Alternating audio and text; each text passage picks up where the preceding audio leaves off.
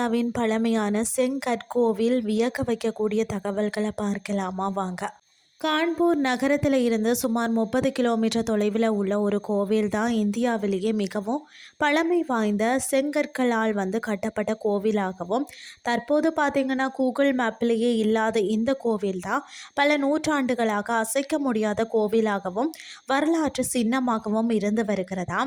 அதாவது பார்த்திங்கன்னா கான்பூரில் இருந்த கமீர்பூருக்கு செல்லும் வழியில தான் கட்டப்பட்டுள்ள இந்த கோவில் குப்த பேரரசு காலத்தில், அதாவது 5வது நூற்றாண்டுகளில் கட்டப்பட்ட கோவில் என்பதை சில வருடங்களுக்கு முன்னர் ஆராய்ச்சியாளர்கள் கண்டுபிடித்தார்களாம்.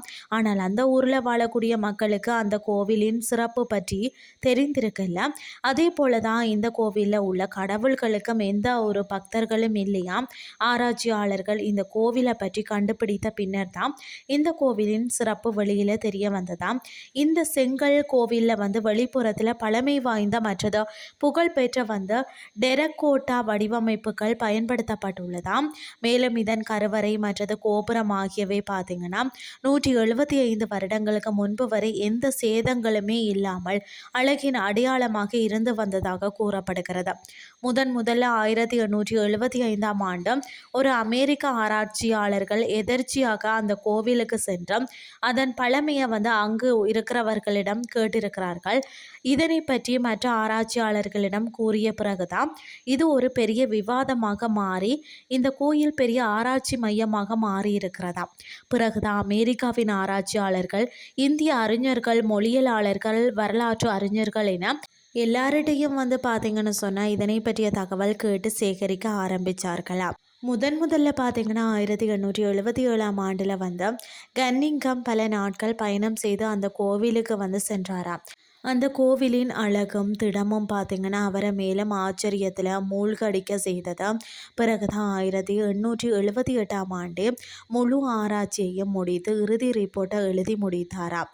அதாவது பார்த்திங்கன்னு சொன்னால் இந்த கோவிலில் பழமை வாய்ந்த செங்கல் கோவில் இருந்ததற்கான ஆதாரமாக விளங்குகிறதாம். இதன் தோற்றமும் திடமும் இதன் உறுதித்துவத்தை உணர்த்துகிறது. அதாவது இந்த கோவிலில் பல நூற்றாண்டுகளாக இந்த மண்ணில் நிலைத்து நின்று வருகிறதா.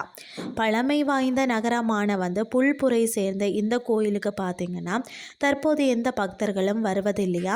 இதன் டெரகோட்டா வடிவமைப்புகளை பார்க்கும்போது இது ஒரு விஷ்ணு கோவில் என்று தோன்றுகிறது என்று அவர் எழுதியிருந்தாராம். 170 ஆண்டுகளாக பக்தர்களே இல்லாத இந்த கோயிலை தான் சிலர் சிவன் கோவில் என்றும் கணபதி கோவில் என்றும் கூறுகிறார்களாம். கருவறைக்குள்ளே எந்த சிலையும் இல்லாததாலேயே இத்தகைய குழப்பங்கள் ஏற்பட்டிருக்கிறது என்றாலும் இது வரலாற்றின் அடையாளமாகவும் குப்தா அரசின் அடையாளமாகவும் விளங்குகிறது என்பதே உண்மை. இன்றைய கிறிஸ்டி உங்களுக்கு பிரயோசனமாக அமைஞ்சிருக்கும்னு சொல்லி நானும் நம்புகிறேன். இதே மாதிரி மற்றும் ஒரு கிறிஸ்டின் வேலை உங்களை சந்திக்கிறேன். நன்றி.